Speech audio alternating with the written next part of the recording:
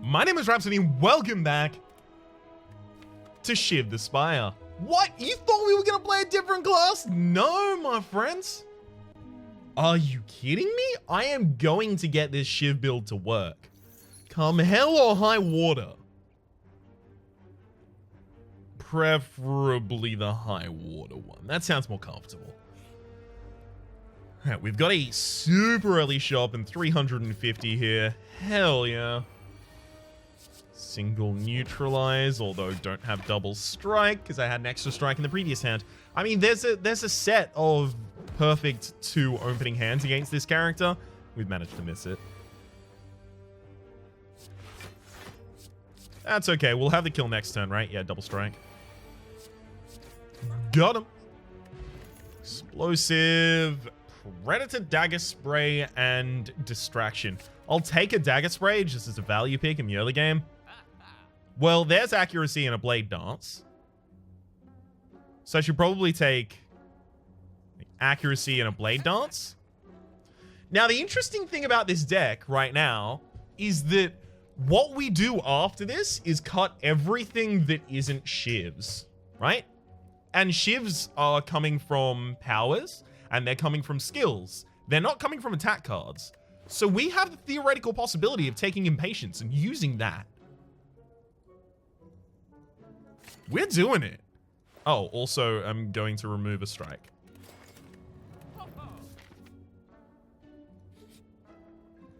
And another one. That's going to make Impatience a hell of a lot more powerful.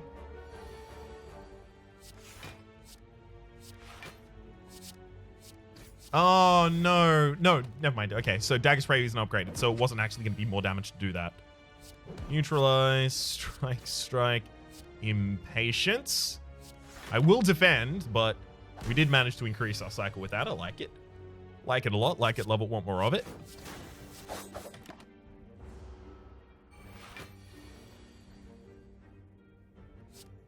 Neutralize, strike, Impatience. Hey! Perfect. Terror. Hell yeah. Oh my god, this is going on so well. What? You can turn up on the first floor? We meet again! A cheery, disheveled fellow approaches you gleefully. You do not know this man. It's me, Ranwood! Any goods for me today? The usual. A fellow like me can't make it alone. You know, you eye him suspiciously as you consider your options. I'm not going to give up the explosive potion because it's going to be really handy against the sentinels on this wall, so I'll actually give up the 52. And we get Ancient Tea Set. Whenever you enter a rest site, start the next combat with 2 extra energy. Hey, it's the sentinels. Good thing I had a card and a potion that was prepared very specifically for this fight. It's almost like I expected this might happen. Almost.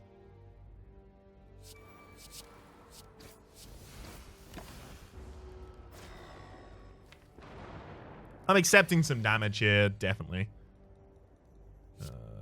Neutralize, strike, double... Neutralize terror, sorry, double defend. On the front liner there. It definitely turns out to be overkill, but hey. That's okay, from time to time. Patience gets double draw, and then we'll just kill with Blade Dance. Alright, Runic Dodecahedron. If your HP is full, gain energy at the start of each turn, as well as just a bunch of garbage. So here, we need to upgrade Blade Dance, Accuracy, Terror, Impatience. We can't take that Accuracy, and we can't get a removal. I didn't know this was going to be a shop. It was just a blank one. Blue Candle. Curse cards can now be played. Playing a curse will make you lose an HP and draw a card. Well, it's now less risky for us to pick up curse cards. It's still not great, mind, but less risky. It's not great because we still need to draw the curse card first, which is a negative. Before we can then exhaust it and lose HP, which is another negative. Ooh, Tools of the Trade is actually appealing. It's just a nice card to have. And it'll help me curate my hands correctly so that Impatience is not a problem. I'll take her tools of the trade, and Bottle Flame, upon pickup, choose an attack card at the start of each combat. That attack card will be in your opening hand. We'll do that with Neutralize, actually.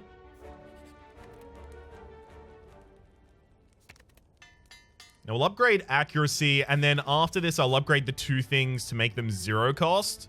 Should I go for the Relic?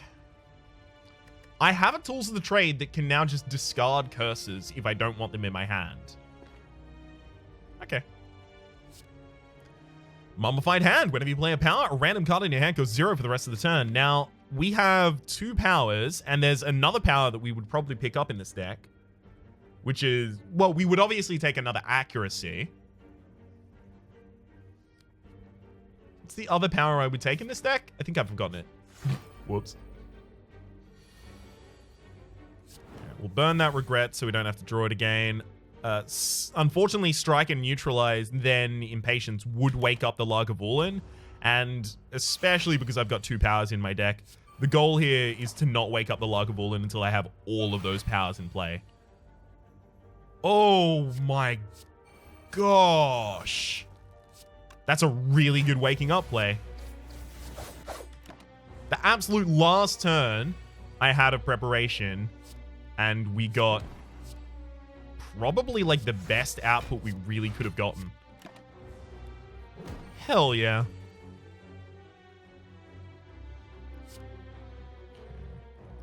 We'll strike, then Impatience. Yeah, because I'm looking for things like Neutralize especially. There's no reason to strike there. It's not going to kill, and we can kill in the next 2 turns manually anyway. Ooh. Calipers, at the start of your turn, lose 15 block rather than all of it, and just a bunch of stuff. I could take 1,000 Cuts. It's a power, so it works with the Mummified Hand. It works in a build that plays a lot of cards, and like, Blade Dance is 1 energy for 4 different cards. Impatience is 0 cost, Terror will be 0 cost, Tools of the Trade will be 0 cost. It'll provide some AoE that the deck doesn't really have, and that it definitely needs by next floor, so actually also immediately upgrade it. Wowzers. Now, how's our defensive potential? Garbage? It's garbage. Cool. I mean, it's actually not that bad with the Neutralizing Survivor. I mean, just courtesy of being the Silent. I'm trying to find a way to justify upgrading another card, and I think I can actually do it. I think we're gonna just live, but I think we will live, which is ultimately the point. There's the Terror. I'm sure to use those 2 so I can use my Impatience. Hell yeah. I probably actually shouldn't transform them that turn. That was my bad.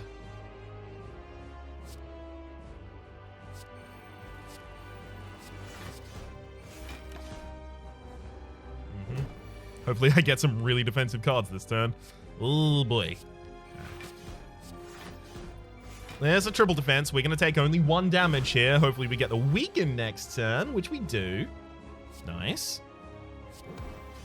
Neutralize. We definitely have to Dagger Spray. And even full defend ourselves. Hell yeah. Can't even stop us now.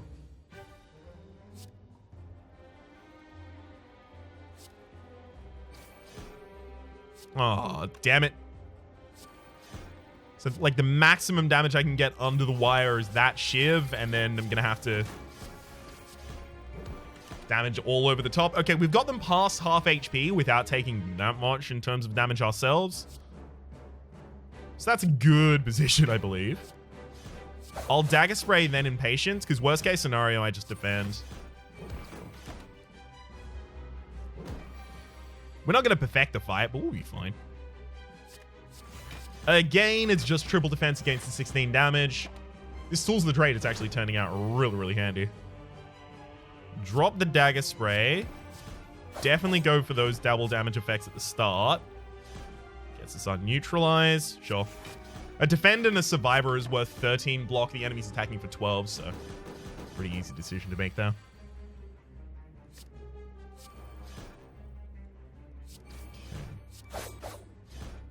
Yeah, that was actually probably the wrong ordering of those attacks. done perfectly, we might have actually ended up killing that turn, so... Damn. That said, I'm glad I didn't rest, right? Because if I rested, I would have just wasted an upgrade. Because I only ended up taking 3 damage in that fight. Storm of Steel is a problem. Storm of Steel, discard your hand, add a shiv to your hand for each card discarded. So we've seen recently in, I think I called the run Twig, would have been yesterday's run. We've seen recently that Storm of Steel can be good when you have some way after the Storm of Steel to gain back cards. So if Storm of Steel discards Tactician, if you have Dead Branch, so that the Shiv's exhausting gives you other cards in hand. If you have Unceasing Top, so after you play all of those Shivs, you get to draw. Then you have things that you can do, right? Otherwise, a lot of your time is spent setting up for a Storm of Steel that you can't guarantee is going to kill, but will definitely leave you without other options. We don't have much draw in this deck yet, and we're unlikely to get it. I don't like Storm of Steel. Is that wrong? I'd see. I had the same opinion of Storm of Steel as I had back when Storm of Steel upgraded to be 1 cost rather than give you upgraded Shivs. It now gives you upgraded Shivs, which do 6 damage, right? With the 5 additional, so assume an average hand size of 6, right? It's actually probably like an average hand size of 4 is more reasonable to assume for this to discard. So with the upgraded Shiv and then accuracy, we're doing 11 per, so it's 44 damage attack. I just have to not use any other card. 44 damage for 2 energy. Yeah. See, the problem is every time you play a card that isn't Storm of Steel, you decrease the value of Storm of Steel. So do you play it at the start of your turn for maximum value? Or do you play it at the end so you can get most value out of the other cards in your hand and then the Storm of Steel doesn't really do anything? That's what I'm talking about. It doesn't really... It's the point at which it is most powerful is muddled. I'll take it.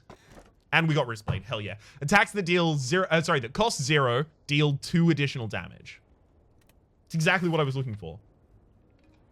I'm so pleased. This is my pleased voice.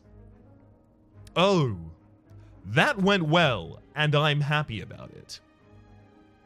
See? It sounds like I'm brimming with joy.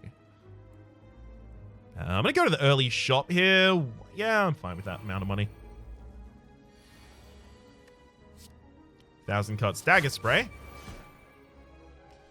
Blade dance, and then 1 on the ground, 2 on the ground, 3 on the ground. Sold.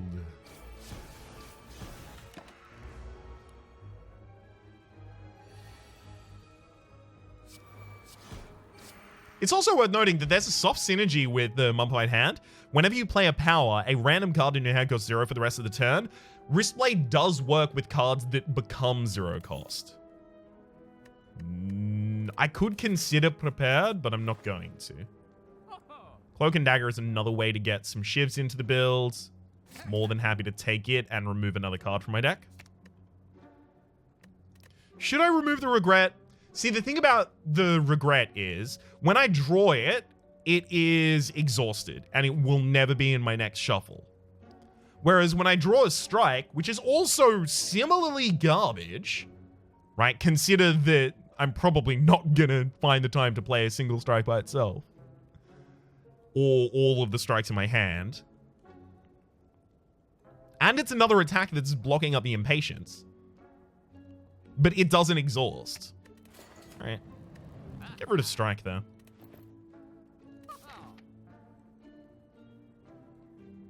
Okay. We're gonna have to try and take out 4 elites this floor, so I am a little on edge.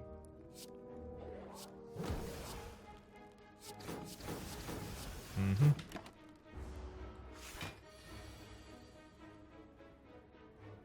Damn. I should have done that differently. I should have played everything except for the Dagger Spray, then played the power to reduce the cost of the Dagger Spray so that the Wristblade would affect it.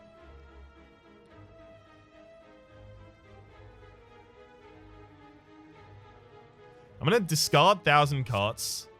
I'll Impatience, Accuracy, then Storm of Steel for a bunch of damage. Okay. Second Cloak and Dagger, thank you. I'll read this. I'm looking for Enchiridion. Necronomicon, the first attack that's played each turn that costs 2 or more is played twice. When you take this relic, become cursed. Now, there is actually a use for this in my deck. And the use is, if I take a Sneaky Strike, because I have Tools of the Trade and I discard a card at the start of every single turn, I will always have Sneaky Strike activated. Sneaky Strike being 2 energy, deal 10 damage. If you've discarded a card this turn, gain 2 energy. And if I double play a Sneaky Strike, I'm actually getting a refund for the second Sneaky Strike. So I invest 2 energy, but I gain 4 energy back. So I will take the Necronomicon. I just passed up a Sneaky Strike in the last space, because I was not thinking specifically of this synergy. But it is available. Oh. So, there's a problem. These bites, would actually help me get my Runic Dodecahedron to its full power more often. But they would increase the size of my deck. I'm gonna do it. I think it's probably necessary at this point, actually. Burn the Regret. Attack Potion for... That's a Sneaky Strike, but we don't have any discard in hand, so it's not actually useful. So I'll just take the Abyss because it comes 0 cost. Yeah. We'll take a Skill Potion for... Well, I mean, that's an easy terror on the backline if I want it.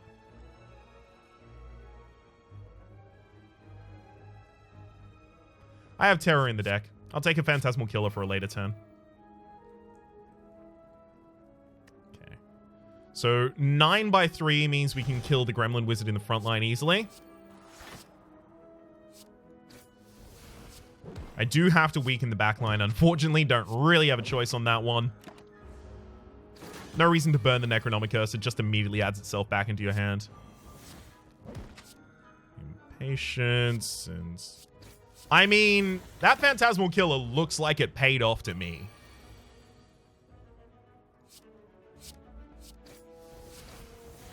Just looks like it.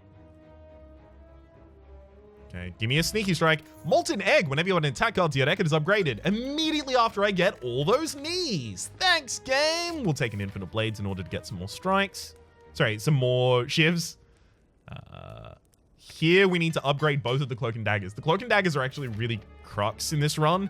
They're going to provide the defense while we try and do all of our other stuff. So we are going to need them. Oh my gosh. That worked out perfectly, despite the fact that I screwed it up again, because that is as I am wont to do. What? This actually costs 0, deal 3 different damage. That cost 0. Alright, so that's not currently working as the patch notes implied that it would.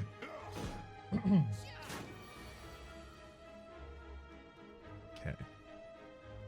Well, I don't have to terror the backline anymore. 5, bite, shift.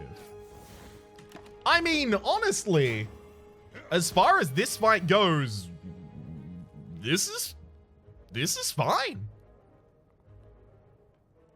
We're probably not using Storm of Steel this time, so.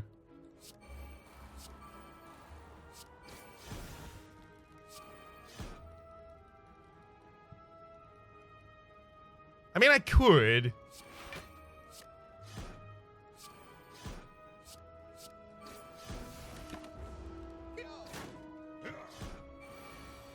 Just not to great effect. Well, there's our accuracy. Burning the Regret here is actually going to cost less than keeping it in my hand. And then we should be able to kill with pretty much any assortment of old junk. Stone Calendar. At the end of turn 7, deal 40 damage to all enemies, as well as well, I mean, Backstab is it'll have extra damage because the wrist blade. Sure.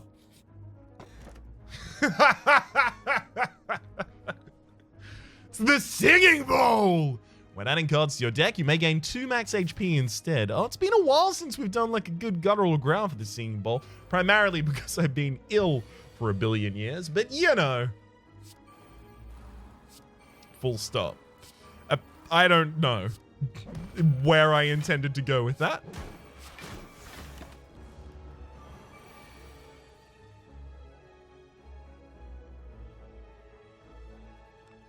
I do have accuracy in play.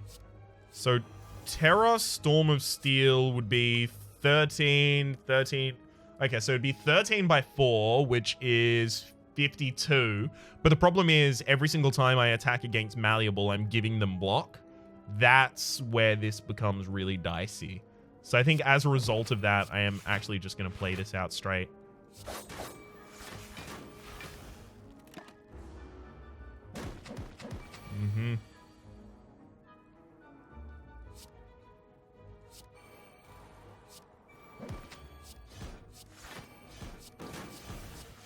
Well, we're very close to dead. And we're on just like a deadline with a bunch of the aggressive enemies, so life isn't gonna get easier.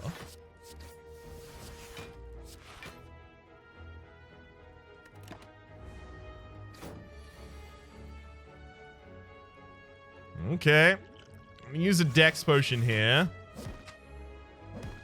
Using these bites, just desperately trying to heal up effectively.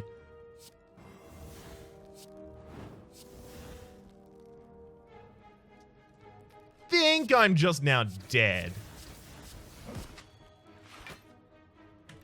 God, that's sad. I finally get the wrist blade and I bite it because I can't stop killing elites.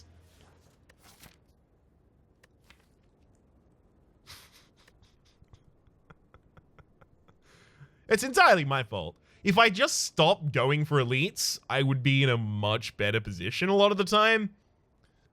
But I really, really, really prefer the risk-reward strategy of going for a bunch of elites so that you can get a bunch of ridiculous relics so that you can build ridiculous runs, rather than just playing it safe, avoiding all elites and starting to put some stuff together and, oh, it works, it's a little janky, but like the really high power runs come out of hunting all elites, getting a bunch of relics, getting a bunch of synergistic cards, getting a bunch of ridiculous amounts of money, and then just winning.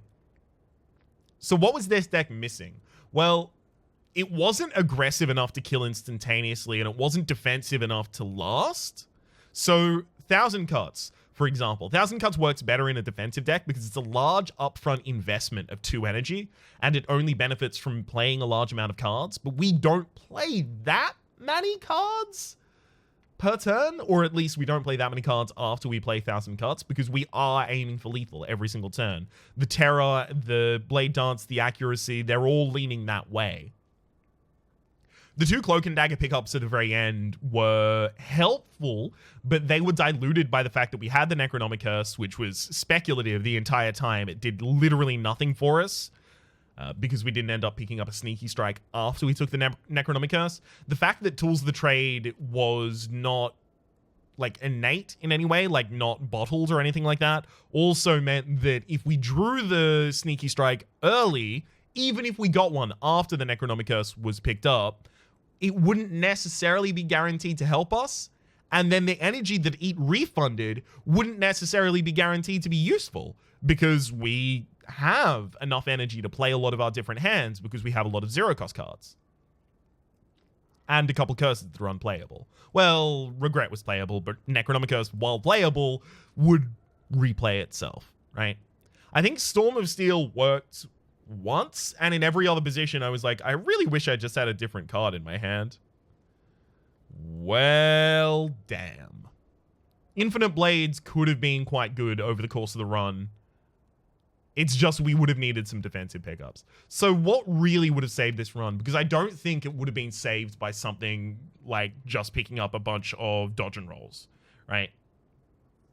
I think it would need something to the point of an anchor would have been really, really good because it would have allowed us to set up in our early turns without having to worry too much about our enemies.